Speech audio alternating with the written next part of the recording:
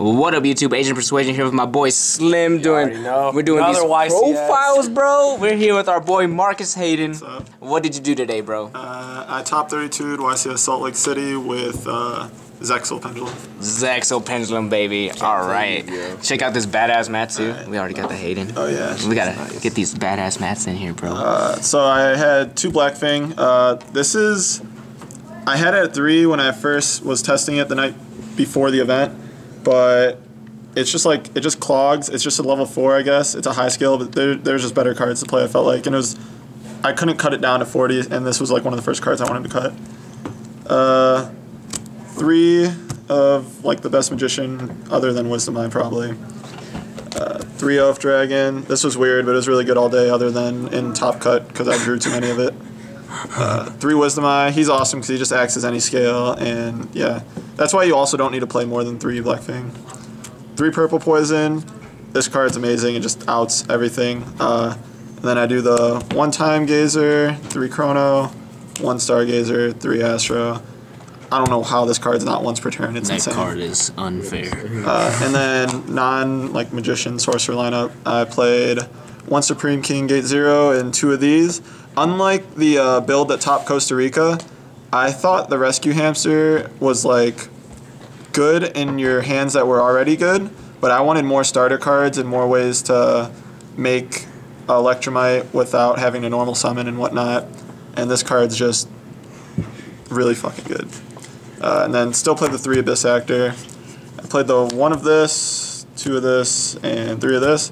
This is amazing draw. This is okay to draw because it's basically just the new Kirin. It's level 6 that negate or says no to your opponent.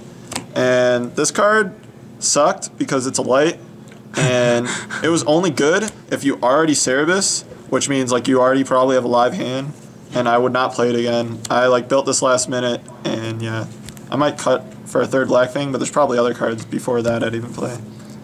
And then for the spell lineup, I think it's 34 monsters. 3 Allure, and because I played the Dragon Engine, I played 1 Foolish, 1 Shrine. You need every card in your hand to be live, so you can't afford to draw multiples of these. And then the 1 spell. So I found out that hard drawing this is actually really, really good because your opponent, if they hand trap you, it doesn't matter. You're still going to end on Zexal. But yeah, I Zexaled 8 times throughout the tournament. And I got hand trapped 3 of those 8 times and still was able to do it because people don't understand that you're supposed to Ash or Ogre the Beatrice because then they can't add this back to hand. They just do it too early always.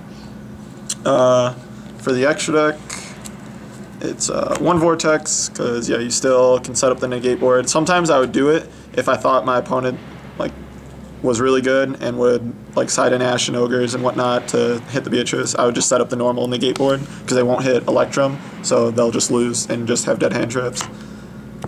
2 of these because you still need it as an extender. He gives everything piercing, so you just murder some decks. And yeah, he copies Electromite. Beatrice and the Gaia, so you could for the Zexal play 1/1. I was playing Prime because against the Draco deck, if you don't play Prime and you make this, they can literally set a card, tribute any of their tribute summons, and attack over Zexal, and then they can just set traps and stuff and still play. But if you play Prime, then it's 3k after you detach, and they can't get over this still, so you get 2 turns where they don't play, and then you just win. But I opted against it for a reason I'll show you in a second.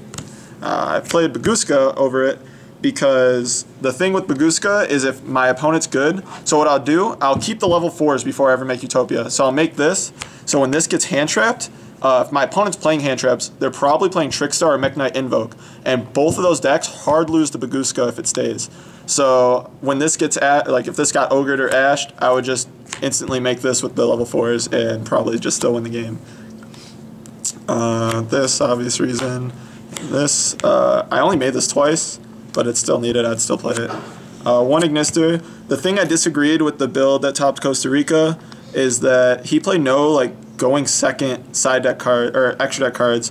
So if you're going second and like you have to bait out like negates or other cards, you need Ignister to like just out certain things or like break the Pendulum board or even Draco boards. 2 of this. Third never came up because if I normally just make this if I need the 3rd. one of this because there's times where you get in awkward places where you'll have like this guy on board and you can't link, like you'll have like this and this or something, or not this, like XYZ or Fusion or just something weird, and you can't make a rank or a link 2 or a 3 because you don't play like decode, so you just hard make this because it's safe and you still end on your odd eyes. And then the last one because you have to play it and it's insane. For the side deck, this one's a little weird. I played one Droll. I wanted to play more, but I actually just could not fit it in the rest of the side deck. This card's insane. If I were to play any deck that plays hand traps, this is 100% in it. 2 Ash, 2 Ogre. These are just more generic. I thought about cutting an Ogre for a second one of these because this card just destroys, like, the way Pendulums play now, they play so many search cards, whether it's Pen Call, Cerebus, they summon the Dragon Dude in search, like Dual Alliance, just a million cards. This card hits them, it destroys Draco, and it's just relevant in most matchups. But these were just like safer, I guess. So yeah, I played 2 of these, really good because it's a level 7 for you to exceed with if you need it, and then it's also just really good versus like Draco and stuff. These was because I was testing against Cody's 60 card Lightsworn, Dino, or he wasn't playing Dino, Ed was playing Dino, but both their decks. And I was losing a lot of games going second because they just pop off and my deck doesn't play enough hand traps. And I was like, screw it, I'm going to play this. I tested a game and it was insane. And plus it's really good for Trickstar. I didn't end up playing any Trickstar. But yeah, it was just really good. And I played 2 of the 60 card decks, so both times I drew it too, so it was insane. Nice.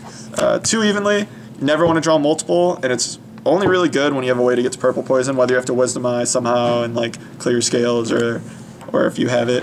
I think I may wanted to have played like something else over these because they're very subpar. Even when I resolved them, a lot of games like were hard to win.